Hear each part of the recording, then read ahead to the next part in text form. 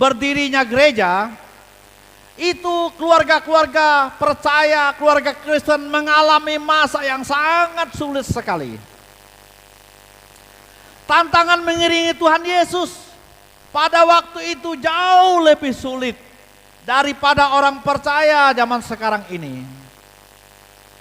Pada zaman itu tantangan terberat datangnya dari pemerintah yang dipimpin oleh Kaisar Nero, yaitu kaisar yang sangat kejam, yang membunuh banyak orang percaya, rasul-rasul.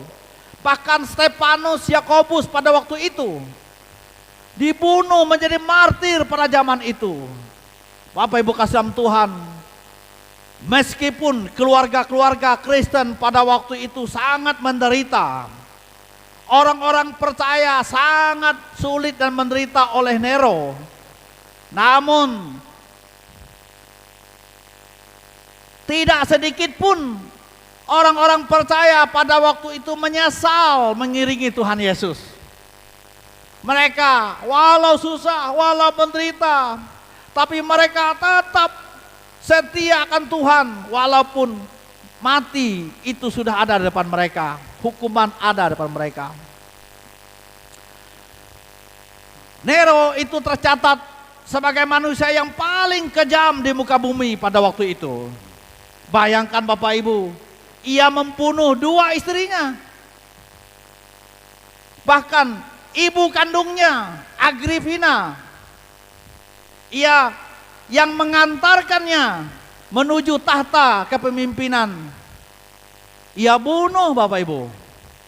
Betapa kejamnya. Ia juga, tak kala ia membangun suatu tempat, ia perlu lahan. Lahan ini akan dibangun apa untuknya? Ia betul-betul tega-teganya ia membakar tempat itu, menyulutkan dengan api, ia perintahkan kepada orang lain. Lalu kemudian ia membuat isu berita hoak bahwa yang membakar itu adalah orang-orang Kristen. Karena itu tangkap mereka, keluarga-keluarganya dibunuh dan dimakan oleh serigala. Betapa jahatnya Nero ini. Akan tetapi Bapak Ibu kekasih dalam Tuhan Yesus Kristus, apa yang terjadi dengan akhir hidupnya? Walaupun ia berkuasa amat sangat pada waktu itu dengan kekuasaannya, pemerintahnya, akhirnya ia pun pada akhir hidupnya ia bunuh diri juga. Ia mati dibunuh oleh pengawalnya, dan ia sendiri meminta karena ia sudah kecewa, putus asa dalam hidupnya. Ia meminta pengawalnya untuk mengambil pedang, menusukkan ke lehernya, dan matilah dia. Bapak Ibu kasih dalam Tuhan, itulah tanda tidak ada yang abadi di muka bumi ini. Walaupun kita sehebat-hebatnya, sekuat-kuatnya, setenar-tenarnya, ingatlah tidak ada yang abadi. Suatu kelak nanti kita juga, kalau Nero ini hukum tabur tuai berlaku kepadanya. Kalau hari ini kita menyebar angin, suatu saat nanti kita akan menuai badai dari Tuhan. Nah, karena itu hukum ini bisa saja berlaku. Karena itu dalam hidup kita, perhatikan baik-baik bagaimana kita menjadi orang Kristen percaya kepada Tuhan. Betul-betul saya dipanggil sebagai keluarga, sebagai orang percaya. Saya seorang suami dipanggil menjadi kepala keluarga Kristen. Saya seorang istri dipanggil menjadi ibu-ibu Kristen. Saya anak-anak Kristen dipanggil menjadi pemuda-pemudi Kristen. Kita dipanggil untuk semua ini. Bapak Ibu kasih dalam Tuhan Yesus Kristus, itulah hidup kita di muka bumi ini.